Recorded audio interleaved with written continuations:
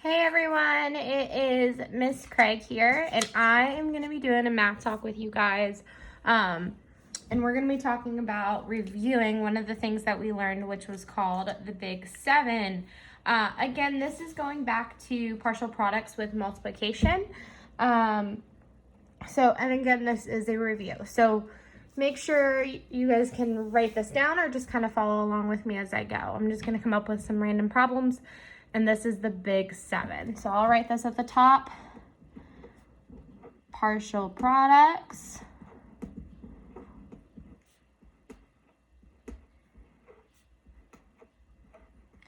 And again, remember, products means multiplication.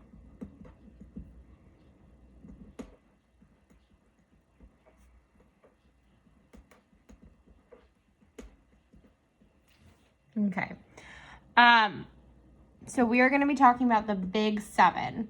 Last week with Miss Secreto, you guys learned which method? The box method. That's right. So these two methods kind of go hand in hand, and I want you guys to think about how this method and the box method, what do they have in common? Where are you guys seeing the similarities on these? I know with my class, we talked a lot about how if we did the Big Seven method next to the box method, where are the numbers coming from? What numbers look the same when we're doing these? So kind of look at that when we're working through this and let me know what we think. So the first one we're going to go ahead and do is 67 times 8. And we're like, oh, wow, Miss Craig, those are big, big numbers. I can't just think about 67 times 8 in my head. That's a lot to just do repeated addition with, right? So we're going to actually just do our Big Seven method, which we learned as partial products. So remember, when we're making the Big Seven, we're thinking about this as a number 7, and that is why we put this little line down. It looks like a 7. So we go from our ones digit, and we do 8 times 7. I'm going to write off to the side what I'm doing so we can keep track, right? So 8 times 7 we know is 56, right? Good job. And then I'm going to come over here and do my 8 times my tens place. So it's not actually 8 times 6. So a lot of the time I see a lot of you guys do 8 times 6.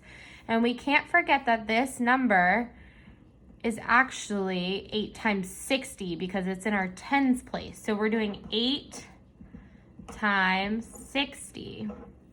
And if we know 8 times 6, we know 8 times 60, right? Because all we have to do is add our 0. So 8 times 6 we know is 48, and we have to add our 0. So a lot of the time I would tell my kids, go ahead and add that 0 first, and then you would put 48 in, right? So then after that, we finished all of our place values and our digits, and we will add these two numbers together. So we know 6 and 0 is 6. 5 and 8 is 13. What do I do with my 1? Do I put it here? No, I have to carry it, right? So I'm going to bring it over to my 4, and I know 4 plus 1 is 5. So my answer for this first one is going to be 536. Great job. All right, so I'm going to come over to my next side over here, and I'm going to do another one with you all. We're going to do 86 times 9. And if you want to pause this and go ahead and try this on your own, feel free, and then you can kind of check your work with me as we go. But I'm just going to continue solving, but feel free to pause this and solve on your own and then check your work with me. So 86 times 9. So remember, you're going to make that big 7 like I did on my last one, and I do 9 times 6, right? So 9 times 6, I write it off to the side on the right of my 7. So I remember what I'm doing and I don't forget what I did. And I know 9 times 6 is 54. Then I have to do my next digit, right? And we know my 8 is in my tens place, so it's not just 8, it's 80. So I'm doing 9 times 80.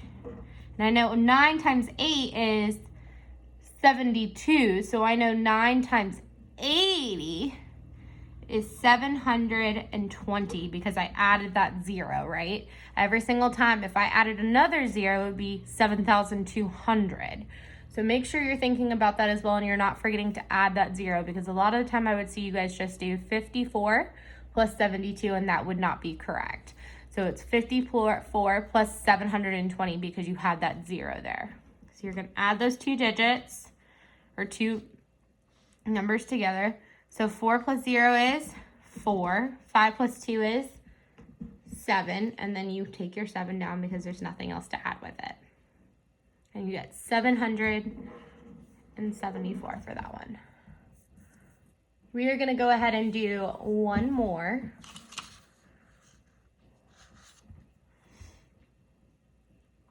And we will do a 5, because I know we love counting by our 5s, and we know our 5 numbers very well, right?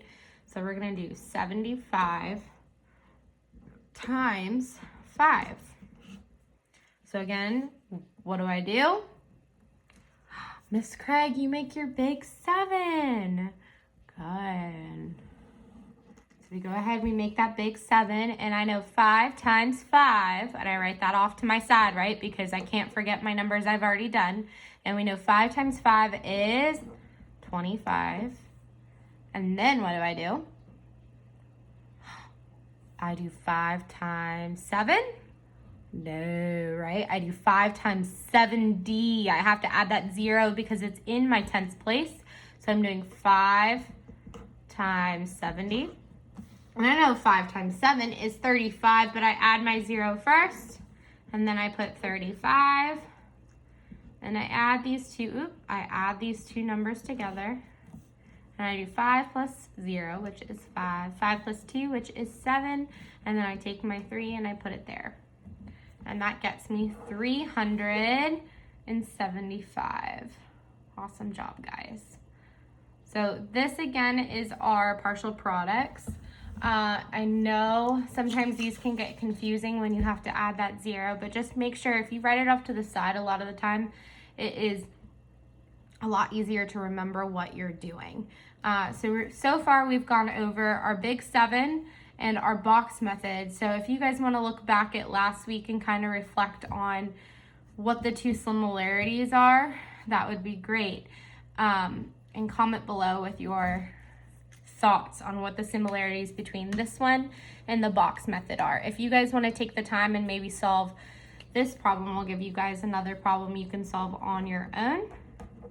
And you guys can do this one with the box method and the big 7, and then compare how they're similar and different. And I would like you guys to comment below with how they're similar and different, and then also with which one you guys prefer to use when you're solving multiplication. So great job, guys. Keep up the good work, and I will see you another time. Thank you.